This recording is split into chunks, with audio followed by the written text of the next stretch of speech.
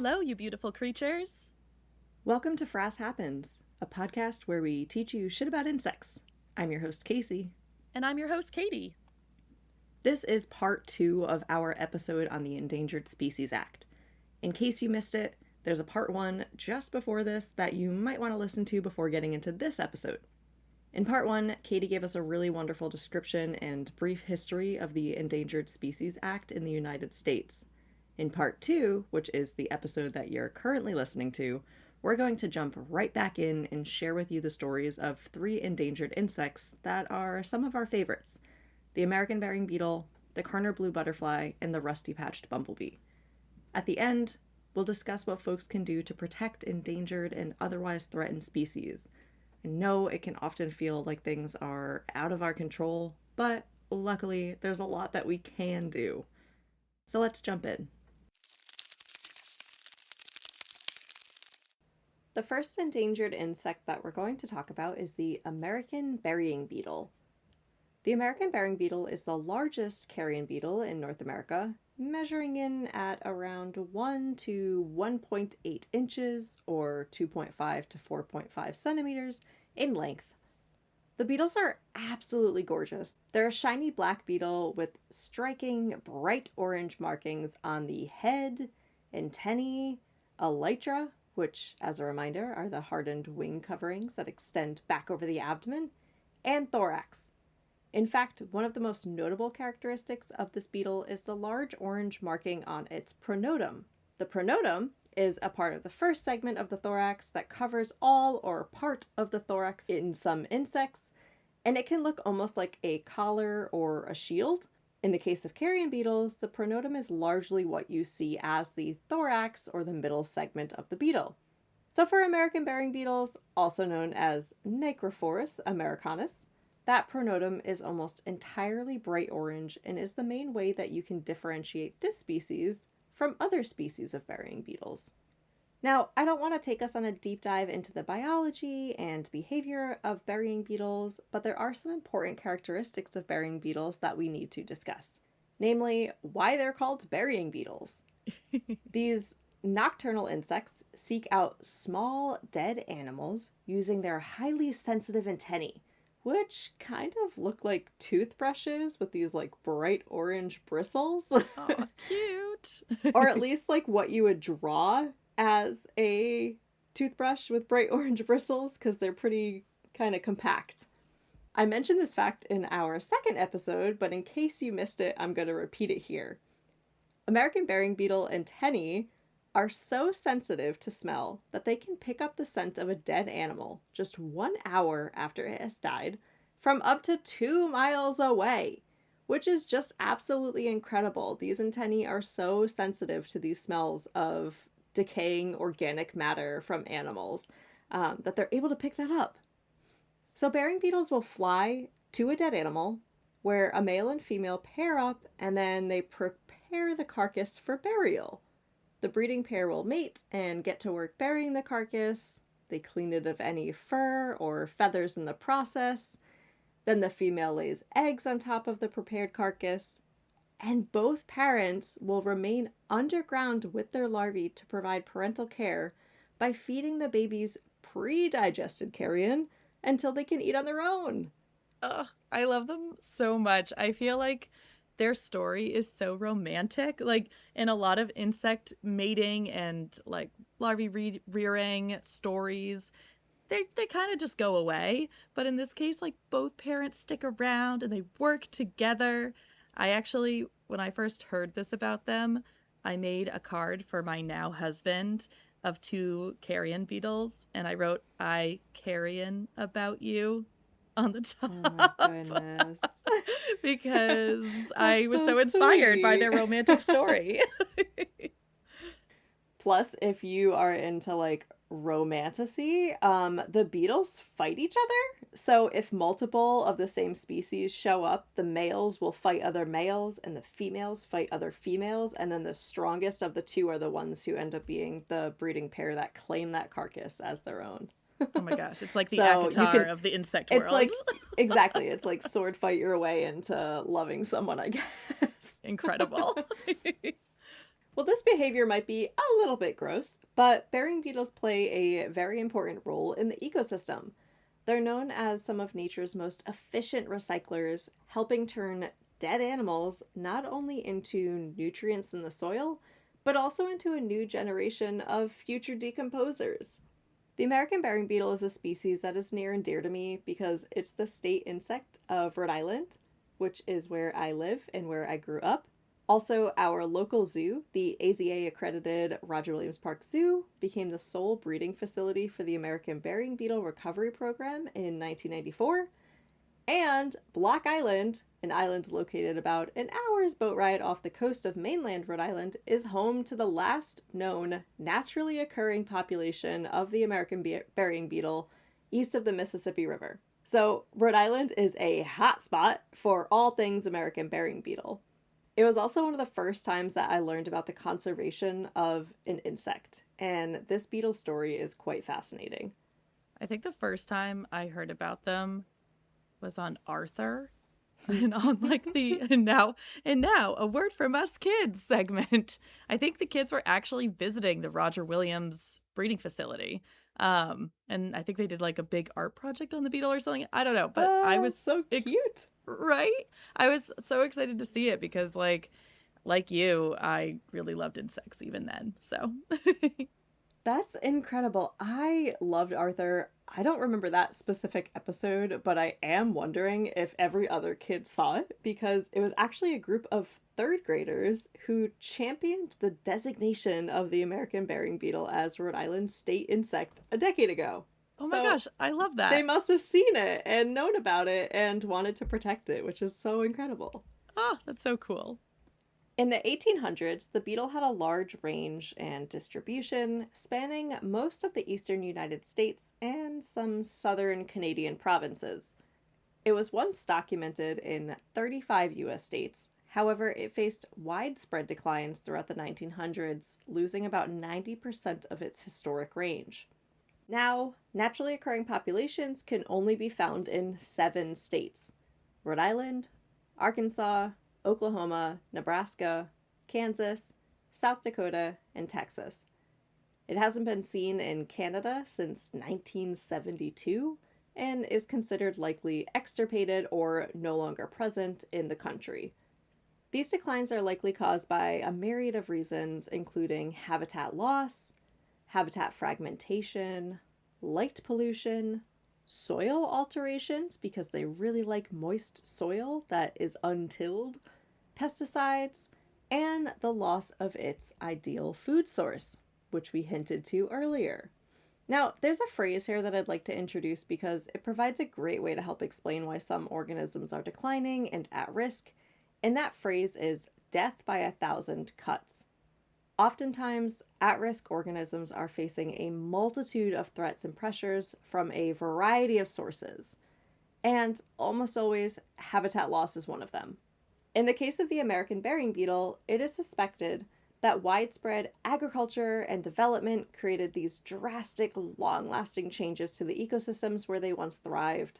As human development destroyed and fragmented wildlife habitat, we eliminated or severely reduced the number of large predators, including mountain lions, wolves, and bears in many locations. In turn, scavenger predators, like raccoons, foxes, and skunks, were able to prosper. This likely increased food competition between species and limited the availability of ideal food sources to the American burying beetle. And speaking of ideal food sources, I'd like to bring back the passenger pigeon in more ways than one. Yes! Bring them back! Justice for Martha! Justice for Martha! American burying beetles began to decline in numbers at the same time as the passenger pigeon. It's theorized that the passenger pigeon was the ideal food source for American burying beetles because they were A, plentiful across the landscape, and B, the perfect size for this particular species of carrion beetle. American burying beetles, as the largest of the carrion beetles, require a larger carcass to rear its young than many of the other carrion beetle species. Based on research from the past few decades, the passenger pigeon would have been the ideal size for the American burying beetle. losing one species can have far-reaching consequences in the ecosystem and impacts different species that we didn't even know it was going to impact.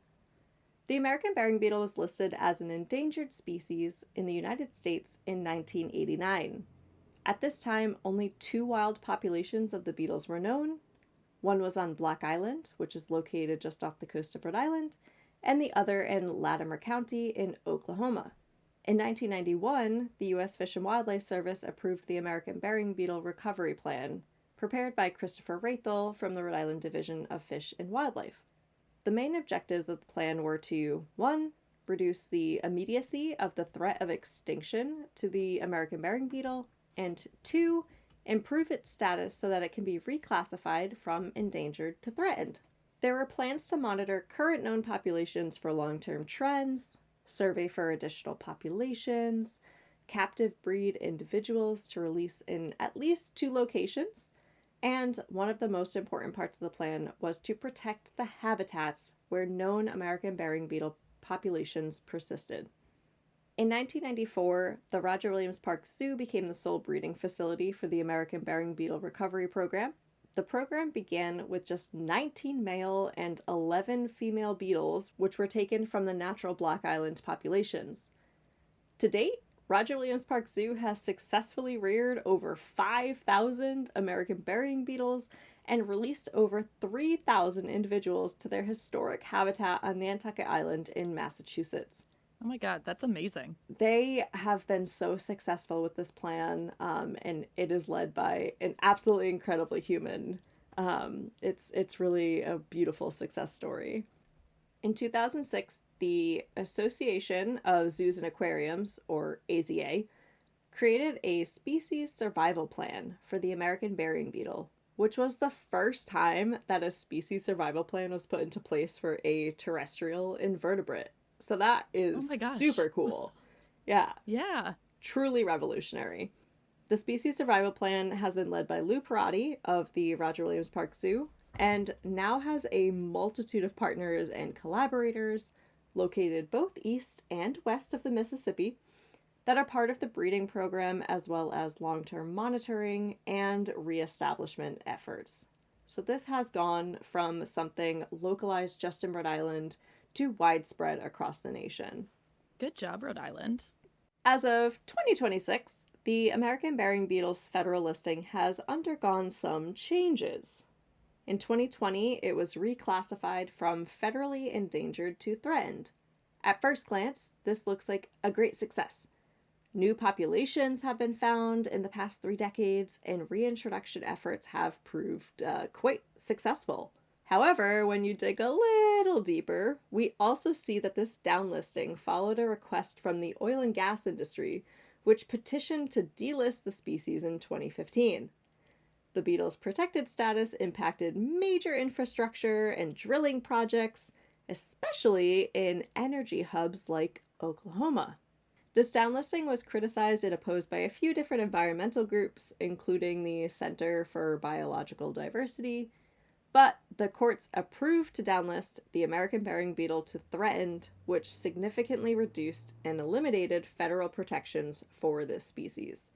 I hate to hear that because, their reintroductions were going well, but then to find out that, maybe some higher-ups had a hand in maybe rushing the process a little bit is just really disappointing to hear. Well, one amazing thing that can happen from protecting species is that they recover and you're actually able to delist them. However, that's not quite the case for the American burying beetle. They are the start of a success story, but I'd really like to see that success followed through. I don't think that, if we eliminate those protections now, that success is going to start to rescind and we're going to start to see declines and restrictions in populations once again. Ooh, especially if the federal protections are already weakened. We don't like to see that. Exactly. Yeah. Well, while federal protections are now limited, some states with established populations of the American burying beetle have continued to have the beetle state listed as endangered, which is a good sign. Rhode Island, for example, still has the beetle listed as endangered at the state level, and so it does still have state level protections. Additionally, the beetle is still listed as critically endangered on the IUCN Red List, mainly because it still is looking at a 90% decrease in their initial range. Yeah, and this is kind of what we talked about before with there are plenty of species out there that might be IUCN red listed but not receiving federal protections, which is why when Exactly. things get actually like federally listed, it's a good thing because it means that they're like entitled to the protections due to them. And I'm going to talk a little bit later also about like some of the differences between state and federal listing, and we can talk about like the pros and cons of that because it's definitely good for state lists to exist, but there are some things that could be improved. Also, in addition to protections, the listing of a species also opens up avenues of funding for Mm. research, which is so important for a lot of these species. Yep, exactly. Well, that was our first endangered species highlight. A little bit of good news, a little bit of bad news for you there. To summarize, protections and a breeding program have helped the American burying beetle, but protections at the federal level have been reduced in recent years. But state level protections are still in place in many of the states where naturally occurring populations of this beetle persist, and research, the breeding program, monitoring efforts are still ongoing for this species. Oh, well, thank you so much for that story, Casey.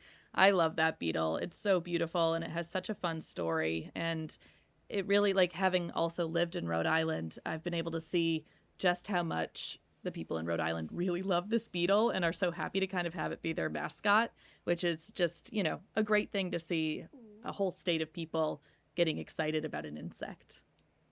I also especially love it because a lot of states that have a state insect just list the honeybee as their Oh my state God. insect. And I'm just so proud to be from a state that lists something that actually warrants a listing. Or is like from the state. Yeah, exactly. Like, yeah, no, the American burying beetle is, it's part of the natural history of Rhode Island, and it's like a hub for this beetle here. So it really is great to have that as the state insect and help to also spread the information about that insect to the general public. Absolutely. Well, Katie, I am so excited to hear about the endangered insect that you are going to talk about, and I honestly don't know much about it. So please take it away. Amazing. Let's get into it.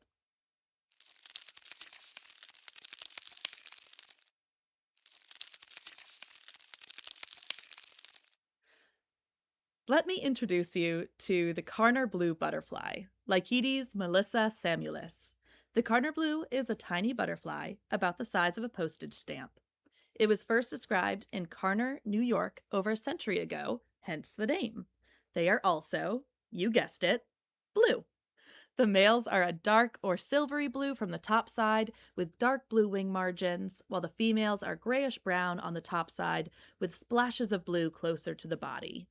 Females also have bands of orange crescents that look a little bit like eyes on the lower margins of their wings. I love that both of ours have marks of orange on them. I know. It's They're going to be a really trend. dress like a Karner blue butterfly. Yeah. Both male and female butterflies are gray and speckled with black spots on the underside of their wings, with a continuous band of orange crescents along the edges of those wings. When they fly, you can see their wings flash from blue to gray in a really striking way, even for a butterfly so small. And I will mention also, like, when they fly, they're actually kind of weak flyers, so it really looks like they're flying slow, and they almost look like kind of wet, and they're really like these beautiful, like, I don't know. They almost look like falling blue leaves. They're really gorgeous. Oh, that's so interesting. The Karner Blue's historic range stretches from western Wisconsin to southern Maine. It's actually the state butterfly of New Hampshire. Woo! However, now it can only be found in a few pockets of habitat in New Hampshire, New York, Michigan, Wisconsin, and Ohio. It prefers pine barrens and oak savannas, which are both grassy, lightly wooded, fire-controlled habitats. Fire maintains the grassy, florally rich openings between the trees by preventing these gaps from turning into shrubby woodlands. And it's in these gaps that you'll find a beautiful purple-blue flower, which is the Karner Blue's host plant, the wild blue lupin, Lupinus perennis. Also known as the sundial lupin, this flower and the habitat it grows in are essential components of the Karner Blue's survival as a species because these butterflies are specialists, which means that this is the only plant that their caterpillars will eat. Lupin is such an incredible plant because it's also the host plant for the frosted elfin, which is another butterfly that's in pretty drastic decline right now. Mm-hmm. This is a really great reminder for some folks out there. If you're planting native plants and something is eating the leaves, that means it's doing something good. Yes. Oh my God. I think that we often have these ideas that flowers should be pristine and beautiful.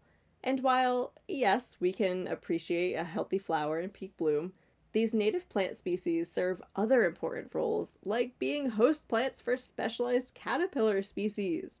So remember, if you want butterflies in your garden, you have to be okay with caterpillars.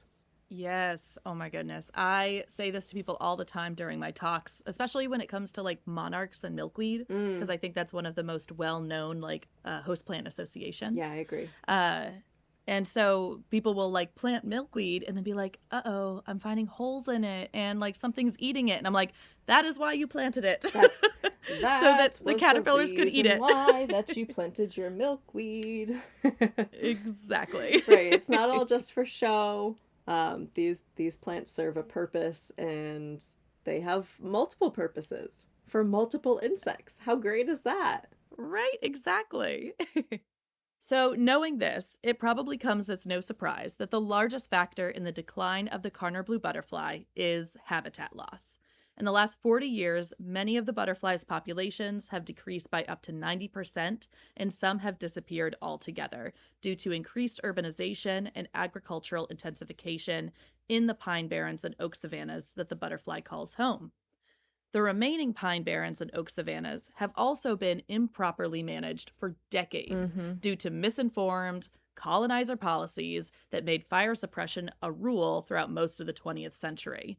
It wasn't until the late 1900s that fire was actually recognized as an important ecological tool, and controlled burns were more commonly utilized by land managers, which I should note is a practice that's been widely used by North American indigenous tribes for centuries as a way to maintain fire-dependent habitats. Who knew that maybe the people who have lived there forever would know how to manage the landscape better than the people who just came in and said, hey, this is my land now. To come back to what Casey mentioned before about death by 1,000 cuts, in my home state of Maine, where the Karner blue butterfly is no longer found, a huge additional factor in its extirpation was the impact of a single invasive species, the western lupin, Lupinus polyphyllus. This lupin species, which is native to the western United States but was introduced in the east as a garden plant, has almost completely outcompeted the sundial lupin in Maine. Now, when you drive through Maine in June, this is the plant that you see on every roadside. Every roadside. And while it is very pretty, it is unfortunately toxic to the Karner blue butterfly. Whoa. So this is an important reminder that just because a plant is native to a country, it doesn't mean that it's native to every region of a country. So please, please, please think twice before planting a North American wildflower mix in your backyard. Oh, the amount of times I've heard of people doing this, it makes me crazy.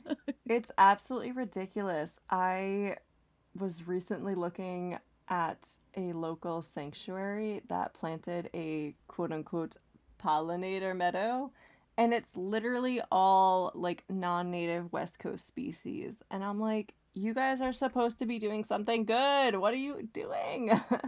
It's absolutely wild. I find those mixes are mostly just like California poppy. That's exactly what it that was. Pop of red. Yeah, exactly. Those are so much of what are in those seed mixes. And yeah, basically, if you get a seed mix and it doesn't have a list of every species in it, do not plant it. because you have no idea what you're planting. So that's like the major rule I tell people when they're like, oh, I want to plant the seed mix.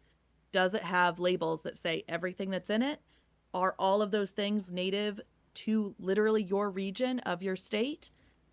If yeah, go for it. If no, no. Throw it away. Just because you like it doesn't mean other things are going to like it. And especially if you're planting it with the purpose of supporting your local pollinators or other wildlife, what the heck are you doing if you're not planting something that's native to your region?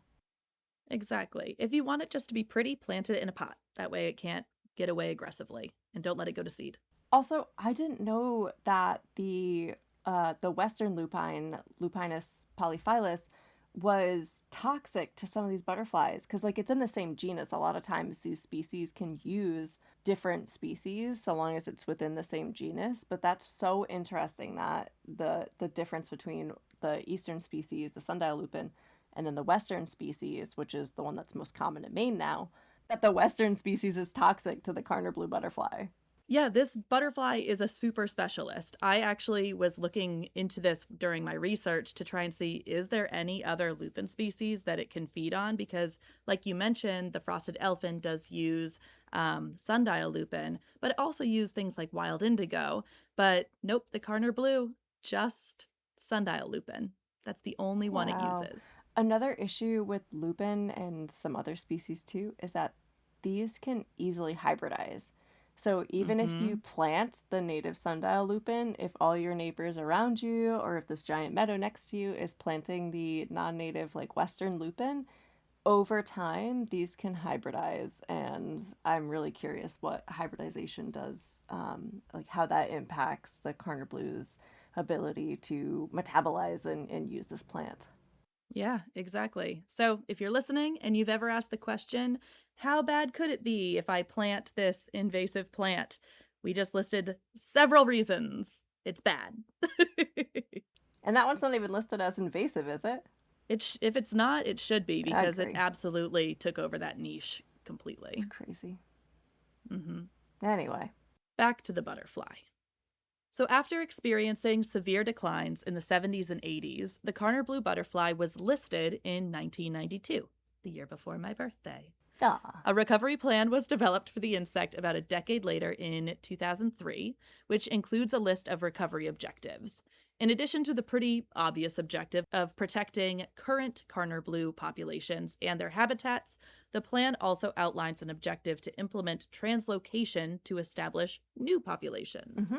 This includes introducing captive reared individuals to new potential habitats, as well as reintroducing individuals in areas where populations once thrived but have since been extirpated. And unfortunately, it's this objective that will likely be most affected by the ESA's new definition of harm, since translocation will involve bringing individuals into areas where there are currently no Karner blue butterflies. These areas are at risk of being developed before the introductions can actually occur. Wow, so they're really just going to lose the habitat before they're even able to potentially become reestablished there. Perhaps. Yeah, it's going to be a race for sure. More of a race Mm. than it was going to be. But luckily, there is a big group of people separate from the federal government that is super committed to protecting this butterfly on both public and private land. These folks include industry partners, academics, tribes, local governments, state agencies, and private citizens. So even if the federal efforts to protect this tiny, exquisite butterfly are threatened, this insect still has a really good team on its side. And if you're interested in joining this team, check out the options offered in your state. I know that Wisconsin has an awesome Karner volunteer monitoring program, if we have any Wisconsin listeners, and I'm sure that the other states in this butterfly's range offer similar volunteer or donation programs as well.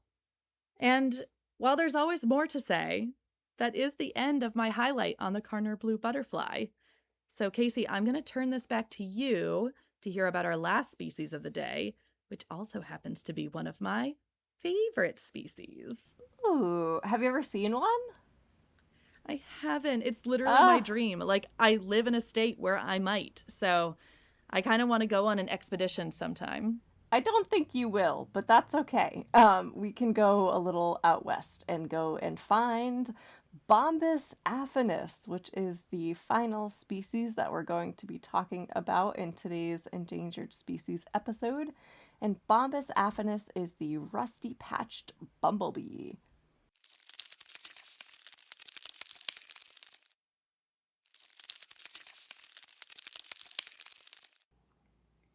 The Rusty Patched Bumblebee, Bombus affinis, is one of 46 bumblebee species that call North America home. While many of our native bees require microscopic examination in a lab, high-quality macro photography of specific characteristics, or even DNA to confirm the species, many bumblebees are actually able to be identified on the wing. That is, with a little bit of training, you can identify them to species with the naked eye while out in the field. We look at the color and pattern of the hairs in the thorax and abdominal segments in order to identify bumblebees to species. For the Rusty Patched Bumblebee, the thorax is mainly yellow, with a sort of thumbtack or T-shape of black hairs in the middle, and then the first two abdominal segments are yellow, with a distinctive rusty-colored patch amidst the yellow on the front half of the second abdominal segment, hence its name, the Rusty Patched Bumblebee. Now, if you think you have seen or rediscovered this bee in part of its historical range, before you get really excited, I do just want to say that there are a handful of other species with pretty similar rusty brownish markings that can be mistaken as the Rusty Patched Bumblebee. So before you call your local news station, make sure that you take a second to snag some photos and upload them onto iNaturalist, because it's much more likely to be something like the brown-belted bumblebee, Bombus griseoculus, rather than the Rusty Patched Bumblebee. And luckily, there's a really active group of bumblebee specialists on iNaturalist that can usually confirm those IDs really quickly, including me. And me. And you. I actually used to run a volunteer bumblebee survey in Rhode Island and looked at a lot of pictures of bumblebees to double check their identifications. So if you want to take pictures that are easy for experts to identify, I highly recommend taking a clear photo of the top of the bee, where the hair patterns on the thorax and abdomen are visible, as well as the bee's face, so we can look at the face length, because that also can be an important ID factor. And another great photo to take is from the side, because for some species, we actually have to check to see what color their armpits are in order to confirm the ID. Bee armpits are important. They are. The Rusty Patched Bumblebee's historical distribution spanned much of the eastern United States, the upper Midwest, as well as southern regions of Quebec and Ontario and Canada. Up until recent decades, this was actually one of the most common bumblebees found throughout its range. In my home state of Rhode Island, it was one of the most commonly encountered and collected bumblebees based on historical collections and records. Unfortunately, this particular species started to decline drastically throughout its entire range in the 1990s. A nationwide study published in 2011 showed that the Rusty Patched Bumblebee had been lost from 87% of its historic range, and scientists estimated that its relative abundance had declined by upwards of 95%. Ugh. And this was just in a matter of a decade or two. This once common bee is now likely extirpated from all of New England, and since 2017 has only been recorded from 8 states. Oh, that's so sad. It's so sad. And I know in Rhode Island, our latest record of the species was 2001. And there was a kind of like stronghold of a population out in Cape Cod in Massachusetts that lasted till around 2010. But that was really some of the latest years that this species has been found in New England. Yeah. And like, I think ours was 2007 or 2009. So yeah, up in Maine. Yep, they've been gone for a while. Yeah. And it happened so quickly. Mm-hmm. Speaking on that, many bees and pollinators have been facing declines for some time, but the decline of Bombus affinis was rapid, incredibly steep, and widespread throughout its entire range, which put this bee at an immediate risk of extinction. In 2013, the Xerces Society for Invertebrate Conservation published a petition to list the Rusty Patched Bumble Bee as an endangered species under the U.S. Endangered Species Act. In 2017, the U.S. Fish and Wildlife did list Bombus affinis as an endangered species, and it remains listed as endangered to this day. It's also listed as critically endangered on the IUCN Red List, and it's protected under the Federal Species at Risk Act in Canada. So, why did this particular species suddenly decline? There are, again, a myriad of reasons, including climate change, pesticides, invasive species, as well as habitat destruction, alteration, and degradation. However, the decline of the Rusty Patched Bumblebee is largely attributed to commercial bumblebee rearing. In North America, there are 2 bumblebee species that are commonly reared: Bombus impatiens, the common eastern bumblebee, and Bombus occidentalis, the western bumblebee. These are commonly reared for their pollination services for greenhouse crops, especially crops that require buzz pollination, like tomatoes.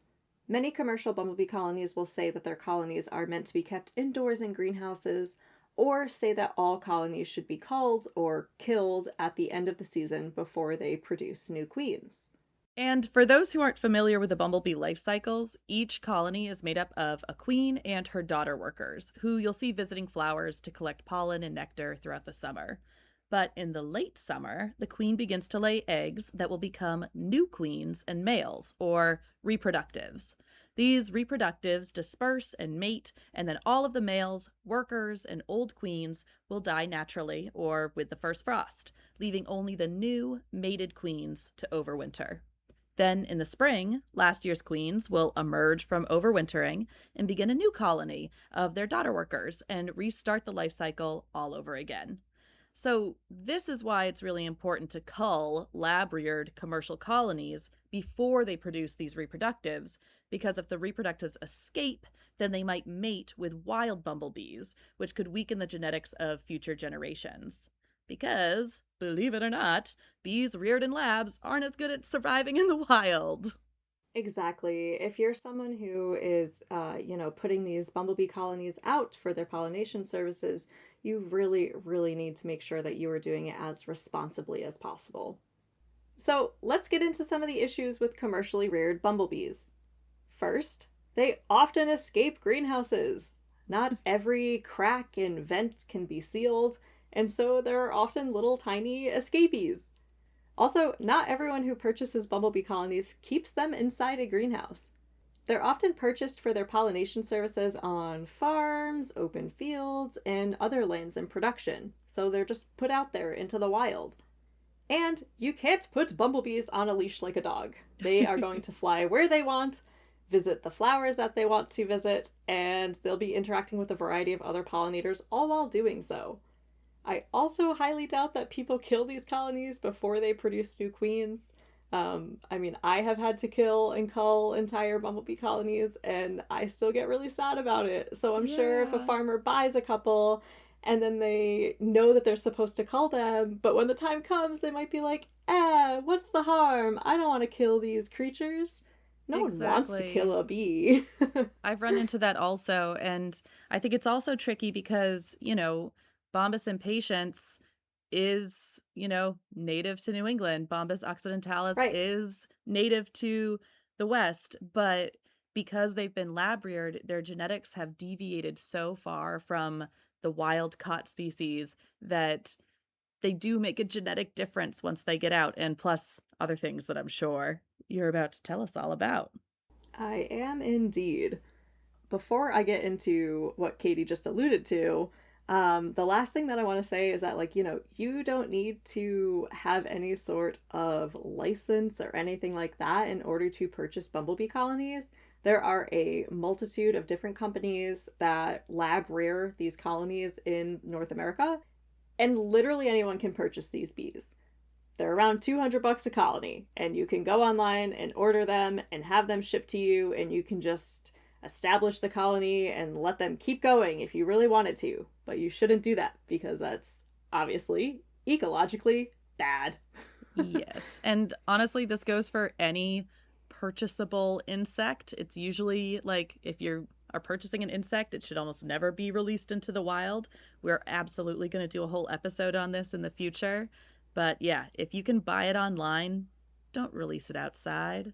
Yeah, that's really never going to end with something positive. No. Well, besides the issue of genetics that Katie mentioned, there is another issue that we need to talk about. Anytime that an organism is mass reared or commercially reared, the chances of pathogen transmission and the spread of diseases increases drastically. And with insects that fly and disperse and interact with many other insects out there, this is a huge problem. Between 1992 and 1994, queens of those commercially available species in North America, Bombus occidentalis and Bombus impatiens, were shipped to European rearing facilities. At these facilities, those folks reared colonies out and then shipped the colonies back to the US. The late Robin Thorpe, who was a renowned bumblebee expert, hypothesized that the bumblebee colonies that were shipped back to the US had picked up a disease from European bumblebees that were in the same bumblebee rearing facilities. And recent scientific evidence does support his theory. Commercially reared bumblebees are documented to spread Nosema bombi, a microsporidian, which is essentially a teeny tiny fungal parasite that infects bumblebees. Commercially reared bumblebees are also documented to carry high pathogen loads, especially of Nosema bombi. And these bees are being shipped all around North America. Also, it turns out that Bombus affinis is especially susceptible to this pathogen.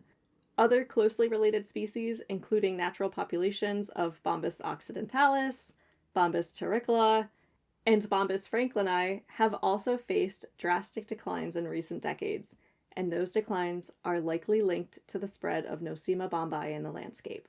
Boo.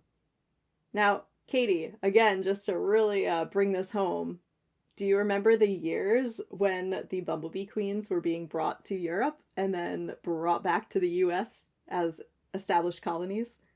Oh my gosh, you just said it. Was it the 1990s? Yeah, it was the very early 1990s, between 1992 and 1994. And when were the declines of Bombus affinis first documented? Oh, yep. The 1990s. In the late 1990s. Mm-hmm. Yeah. So it really is this close link between this spread of Nosema bombi in the landscape and these drastic, intense declines of Bombus affinis and closely related species. Ugh. Now, a quick aside, if you remember earlier in the episode, I mentioned that sometimes you have to call a bee a fish in order to get it listed, and I just mentioned some of those species where that happened. So, the California Endangered Species Act, for reasons unknown to me, classifies fish as a wild fish, mollusk, crustacean, invertebrate, or amphibian.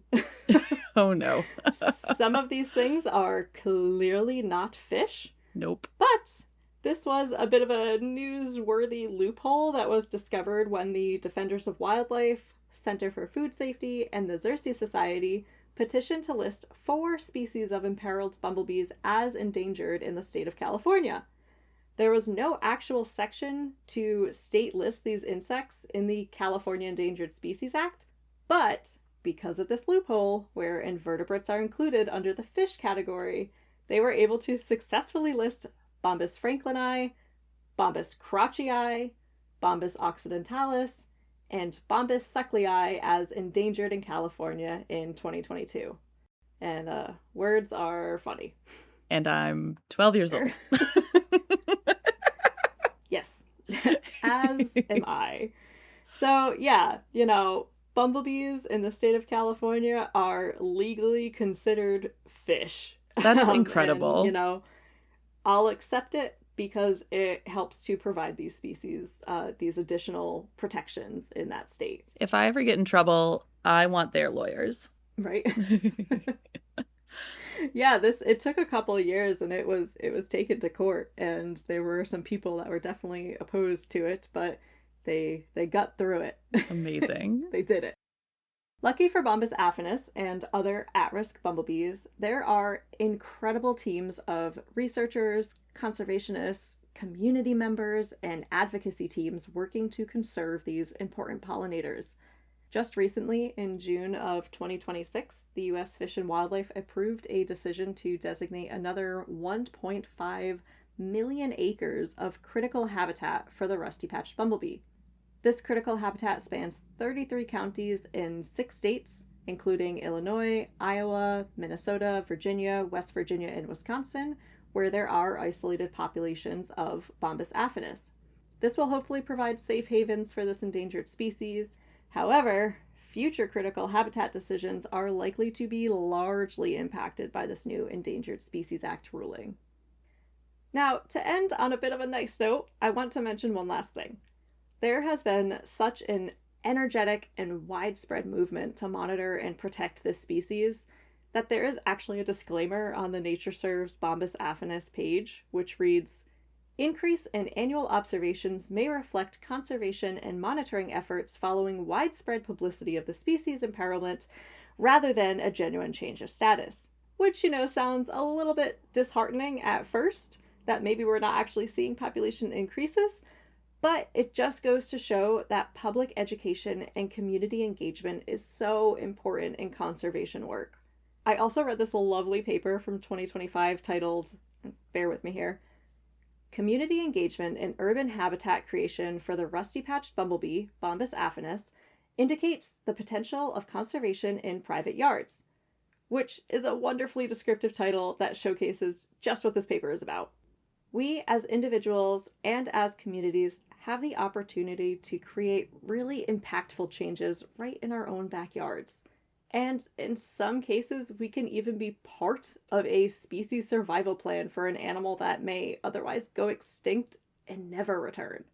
And if not directly supporting an endangered species, we can still make choices that increase habitat quality or support larger ecosystems, or minimize the amount of chemicals that go into the landscape, or vote for folks who will make decisions that protect our planet and all those who live on it. And hopefully by making these choices, whether it's in your backyard or in your actions, you can inspire others to do the same. Yes. Oh, Casey, that's so beautifully put. Thanks. It's so true. That is my Bombus affinis section. I love Bombus affinis. They've become such a wonderful poster child for pollinator conservation in general. Like, Truly. Such a good gateway insect for people. And it's so heartening to see how beloved it really is. It really has just become so beloved in the media and in different community science projects and in these, larger communities where the species is still existing. I think, people have really heard the message and they want to do everything that they can to save this bee, which is amazing. Yeah. I even have a really beautiful watercolor of the bee up in my son's room in his nursery. Oh, that's beautiful. So he's going to grow up looking at it every morning. And I have a beautiful painting that a friend from Instagram made me of an American Burying Beetle. So look at us with our endangered species on our walls. I love that so much. Oh, that's so cute. Well, if you're interested in learning more about any of these amazing species that we just talked about, please check out the episode description where we've provided links to more information about their biology, distribution, and recovery efforts, because even though we talked a lot about these species, we've only just scratched the surface of their stories. And so I highly recommend that you go read more about them and continue to build in your love for them.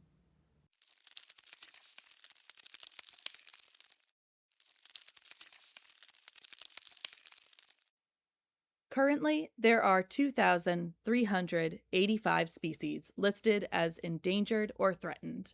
Since the inception of the ESA, 54 species on the endangered species list have been delisted due to recovery, and 56 species have been downgraded from endangered to threatened. While this may seem like a drop in the bucket, it's important to remember that conservation work takes time and consistency, and that we, the public, have more influence over the fate of these creatures than we might realize. And with that in mind, I'd like to share a conservation success story that some of you may already be familiar with.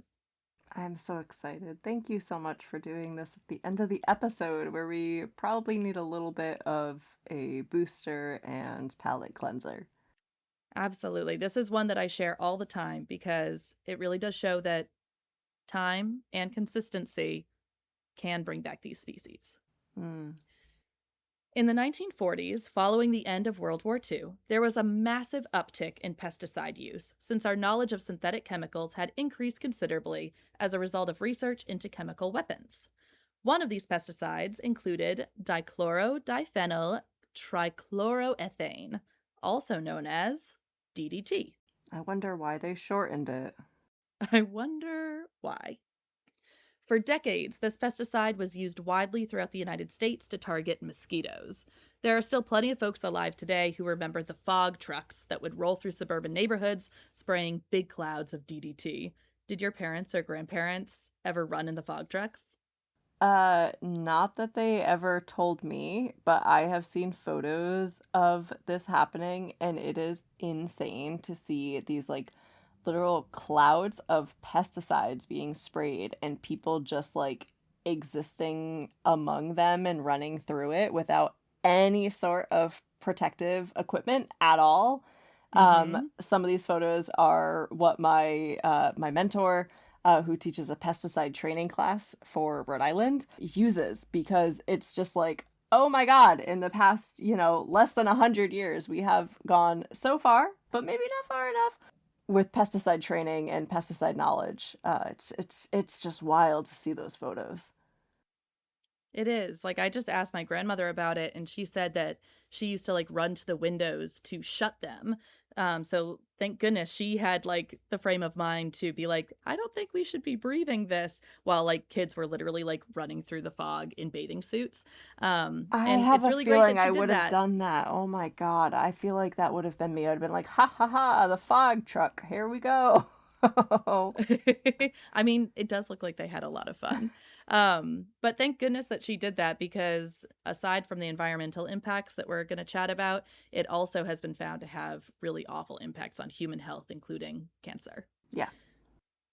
So as I just kind of alluded to, unfortunately, the pesticide also had a detrimental impact on birds of prey by causing eggshell thinning that led to overall reproductive failure in these birds.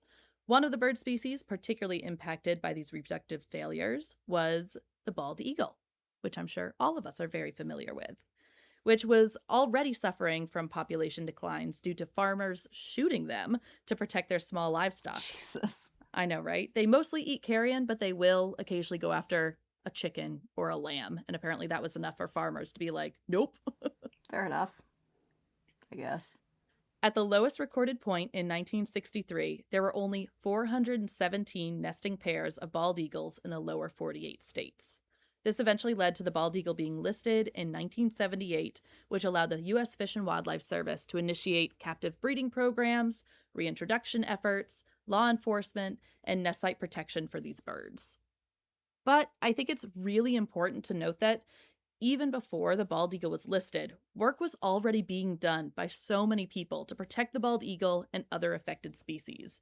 Gardeners were suing the pesticide companies, journalists were writing articles of warning, and environmental groups were organizing and protesting.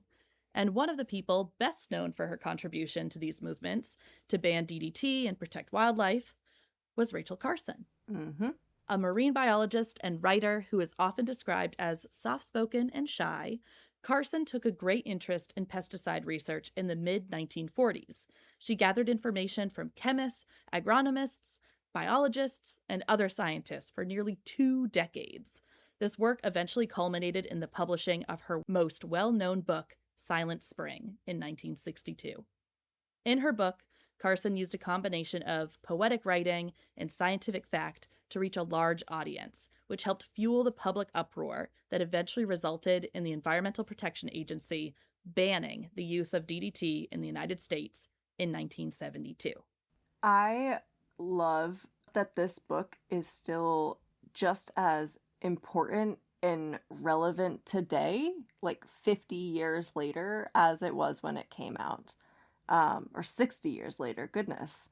Um, Yeah. it's just such an important piece of literature. There's also a new book called Silent Spring Revolution. It's gigantic. That came Mm-hmm. out. That's kind of like a follow-up and also a nod to Rachel Carson. But no, her work was just revolutionary, and it is so important to the general and overall environmental movement. It's true. And it really showcases how art and science can come together to Mm-hmm. make huge impacts. Her writing is really, really gorgeous. And for anyone who doesn't know, the title Silent Spring is alluding to um, the missing bird songs that would be missing if these pesticides were continued to be used and these birds were eliminated from the environment. What a sad reality to consider. Mm-hmm. But, side note, happier note, it was also incredibly likely that Rachel Carson was queer, which I love so much. Another queer scientist. She and her friend Dorothy Freeman wrote each other over 900 letters in the course of their friendship, which includes lines like, "But oh, darling, I want to be with you so terribly that it hurts," and "I love you beyond expression. My love is boundless like the sea." And they also destroyed hundreds of these letters because they were concerned about the romantic tone that their letters might be misconstrued as them being in a relationship. And this is why so many people thought that Katie and I were in a relationship for a while. I feel like I if mean, anybody read our text messages, they would be like, these two are dating? Married? And I'd be like, no, just like really supportive and loving. yeah, exactly. This is my Love best friend you. and also, in other words, my wife. Platonic wives. My platonic Oh, wife. yeah, no, I love though that, Rachel Carson is now able to be seen as the queer icon that she was. It's so important for people to be able to look up to these important figures in history and see a part of themselves, see a part of their identity in these, historical figures. And so kudos to you, Rachel Carson. I hope that you and Dorothy had some fun. I hope you did too. They used to spend all of their summers together and they love nature. Ugh, I just love it. Amazing. The banning of DDT is cited as the main reason that the bald eagle and other bird of prey populations were able to rebound in the way that they did.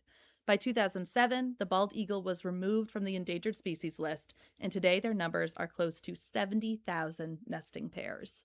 And while the listing of the bald eagle was certainly a huge factor in its recovery, I want us all to remember that it was the work of individuals, writers, gardeners, scientists, lawyers, environmentalists, that really moved the needle in this story.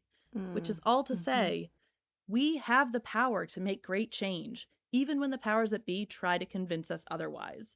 Already, several environmental groups have sued the Trump administration over the decision to change the word harm, which is a great start. So use your voice, use your skills. Artists, I want to see your protest art. Writers, I want to read your calls to action. Gardeners, I want to see the native plants you've planted. Photographers, I want to see your iNaturalist submissions. And also, if you're a person with the ability to do so, donating to related nonprofit organizations can be hugely impactful for fueling important conservation work. While there are so many incredible organizations to donate to, we do have a few that we highly recommend supporting. If you want to support community science efforts, iNaturalist is a terrific organization that we've already mentioned. NatureServe is another amazing biodiversity data hub, which specifically provides data that aid in conservation efforts. And if you're looking to help protect vulnerable insects and invertebrates specifically, the Circe Society for Invertebrate Conservation is a fantastic organization to donate to. And also, don't forget the power of a vote. Luckily, the new definition of harm is only applicable for the federal ESA. You've already heard of species being referred to as federally listed or state listed, and this is because there are many states that have their own endangered species laws. These laws often function very similarly to the federal ESA, but there are some key differences. The major differences are that 1. The state laws only pertain to species and actions taken towards endangered and threatened species within state lines, And 2, often the consequences for violating these state laws are less severe than a federal violation. However, despite their more limited power, these laws are so vital for upholding endangered species protections that are now under threat by the current abhorrently evil administration. This is why it's super important to vote in local and state elections, as these votes will largely influence whether or not these laws are upheld and, hopefully, expanded. Also, while the majority of states have endangered species laws, there are 4 states that don't have any laws at all relating to the protection of endangered species: Alabama, North Dakota, West Virginia, and Wyoming.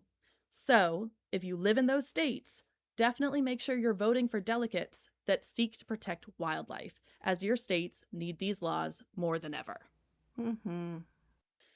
And finally, and maybe most importantly, don't forget to misbehave. And if you're not sure what I mean by that, please interpret as you see fit. But just to fuel the imagination a little bit, I'm thinking of Julia Butterfly Hill, who lived for over 700 days in a 1,000-year-old California redwood tree to prevent it from being logged. And I'm thinking of the thousands of activists who performed sit-ins to protest against the Keystone XL pipeline, eventually resulting in the project being abandoned. And I'm thinking about the book The Monkey Wrench Gang by Edward Abbey, who, side note, definitely was kind of a questionable dude overall, but did have some interesting things to say about sabotaging tractors, among other things. And since we don't want to get canceled too early in the game, that's all I'm going to say about that for now. So to wrap up this conversation, we'll leave you with a quote from the late, great Jane Goodall, who we both admire really deeply. Don't lose hope. If you lose hope, you become apathetic and do nothing. And if you want to save what is still beautiful in this world, if you want to save the planet for the future generations, your grandchildren, their grandchildren, then think about the actions you take each day. Because, multiplied 1,000,000, 1,000,000,000 times, even small actions will make for great change. And I am officially crying. Thank you so much for that, Katie. I think that was such an important reminder for so many of us listening. Thank you. Thank you. You're making me cry with your crying. Sympathetic criers. And thank you all for being here and listening to us. And I'm so impressed, Casey, that we made it to the end before either of us cried, because it's been a tough week.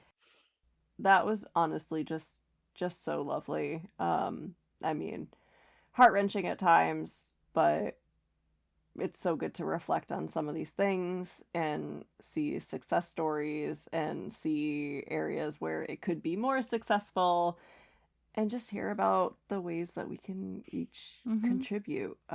We all have our own individual special talents and we can use them for the things that we care about. And if you're listening to this, it's because you probably care about insects. So do what you can with the skills that you have and the time that you have and the energy that you have. And yeah, don't lose that hope.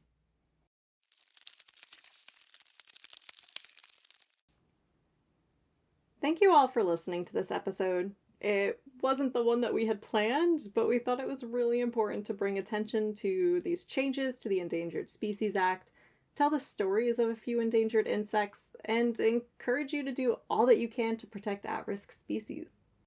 But before we go, we wanted to mention a few exciting things that are happening in the world of Frass Happens. The first is that we're hoping to offer some subscription options very soon, so keep an eye out for that announcement. These subscriptions will include things like bonus episodes and community privileges, such as early merch access. Speaking of merch, you asked and we listened.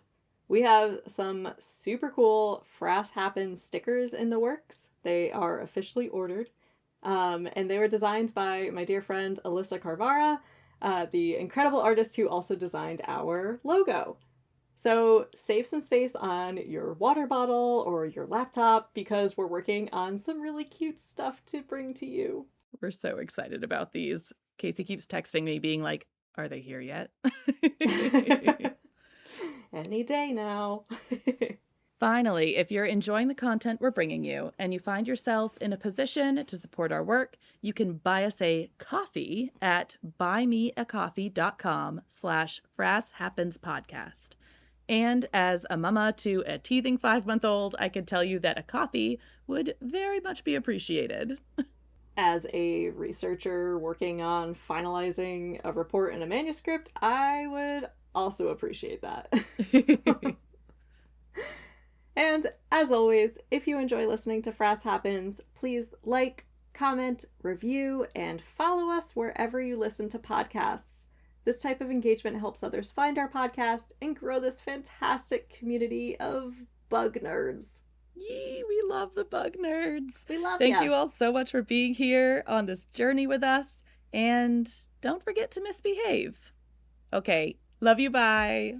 Be nice to bugs.